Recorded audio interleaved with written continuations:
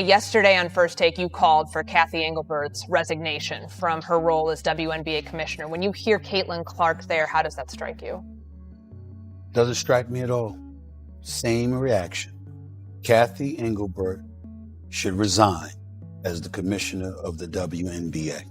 And the reason Everyone, seriously, pause for a second. Turn off the TV, put your phone down. I need you to really hear this because what's happening right now might go down as one of the most self-inflicted disasters we've ever seen in pro sports. A lot of people thought the league had already hit its lowest point with the Olympic controversy. Others thought it couldn't get worse after the Rookie of the Year drama, but now it feels like they grabbed a shovel and started digging even deeper. Multiple insiders are confirming that the league office, under Commissioner Kathy Engelbert, has issued a formal warning to Caitlin Clark. And what was the reason? Did she break a rule? Fail a test? Get in trouble off the court? No, the issue is that she signed a major broadcasting deal with NBC Universal. The league reportedly sent a legal notice suggesting her NBC partnership could be considered a conflict of interest. Think about that for a second. The player who brought unprecedented attention to the league, the one who helped boost ratings, ticket sales, sponsorships, charter flights, and media deals.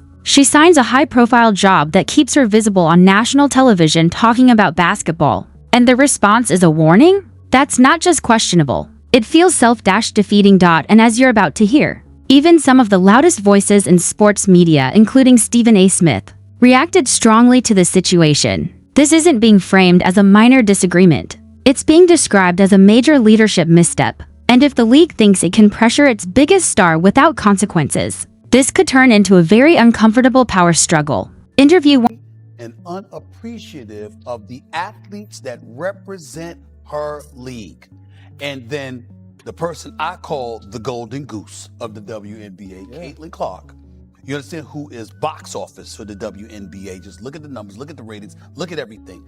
For her to come out and say things are serious when Stephen A. Smith takes off his glasses and looks straight into the camera. That's exactly what happened when this news came out. He didn't just criticize the decision. He called it outrageous. He questioned the logic behind it. He basically said this move makes no sense and smells like insecurity. His point was simple. Why would you threaten your most marketable player over something that actually increases visibility for the sport? He argued that appearing on NBC, whether during major sporting events or high-profile broadcasts, is free promotion. That's exposure money can't always buy. Basketball is basketball. Visibility helps everyone. The idea that her being on national TV hurts the league? He clearly doesn't buy it. He went further and suggested that leadership needs to understand star value in modern sports. If you don't recognize the benefit of having your biggest name everywhere, in media, in ads, in crossover appearances, then you're missing the bigger picture. Now, let's step back from the emotion and look at the numbers for a moment. Her reported base salary is around $76,000. In the world of professional sports, that's modest, especially compared to the revenue surge surrounding her rival. There are team mascots in major leagues earning significantly more. So the optics become tricky. If a player is earning a relatively small base salary from the league and then signs a multi-million-dollar broadcasting deal elsewhere, it raises a natural question: how much control should the league realistically expect to have over her outside opportunities? If an employer pays you one figure and another company offers you exponentially more for legal, non-competing work, it's understandable that you'd take it. The NBC deal isn't just a side gig. It's major media exposure, and reportedly, financially significant. If the league wants exclusive control over a star's brand, then traditionally that requires exclusive-level compensation. That's basic business logic. So why would leadership risk backlash over this? Some believe internal pressure could be part of the story. Veteran players have spent years building the league under very different financial conditions. Commercial flights, smaller sponsorships, off-season overseas play to supplement income. Now a rookie arrives with massive endorsement deals and instant media presence. That kind of shift can create tension. Interview 6. That weak-ass response that Kathy Engelbert, I'm going to say it again because people thought I stuttered just there. I don't know how, because I don't stutter. Weak-ass comment. I'm going to say it one more time. Weak-ass comeback. That's what she did. There are reportedly voices questioning fairness, asking why certain opportunities appear to bend differently for one player. That frustration may be real. But here's the reality. Star players are different. In every sport, they draw attention. They move revenue.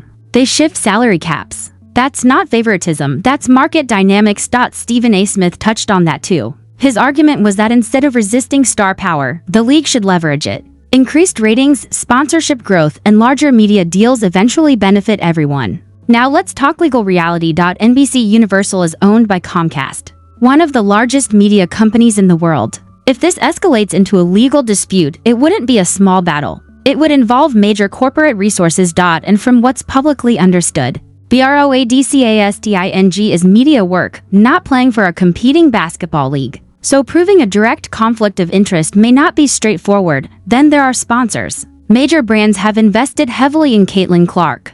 Corporations align themselves with individuals who drive attention. If tensions rise between the league and its most marketable player, sponsors will be watching closely. This becomes less about one warning and more about leverage. So what happens next? If she proceeds with NBC appearances, the league faces a decision: enforce the warning and risk public backlash, or step back and recalibrate. Suspending a player who drives record ratings would be a massive gamble. Fans have already shown where their loyalty lies, with the talent on the court. At the same time, Clark has options: international play, alternative leagues, full-time broadcasting. Her brand is not dependent on one organization alone. That's the power dynamic at play. The bigger issue here is leadership strategy. Modern sports leagues thrive when they amplify star power, not restrict it. The most successful commissioners understand media, branding, and cross-platform exposure. If this situation isn't handled carefully, it risks becoming a defining moment.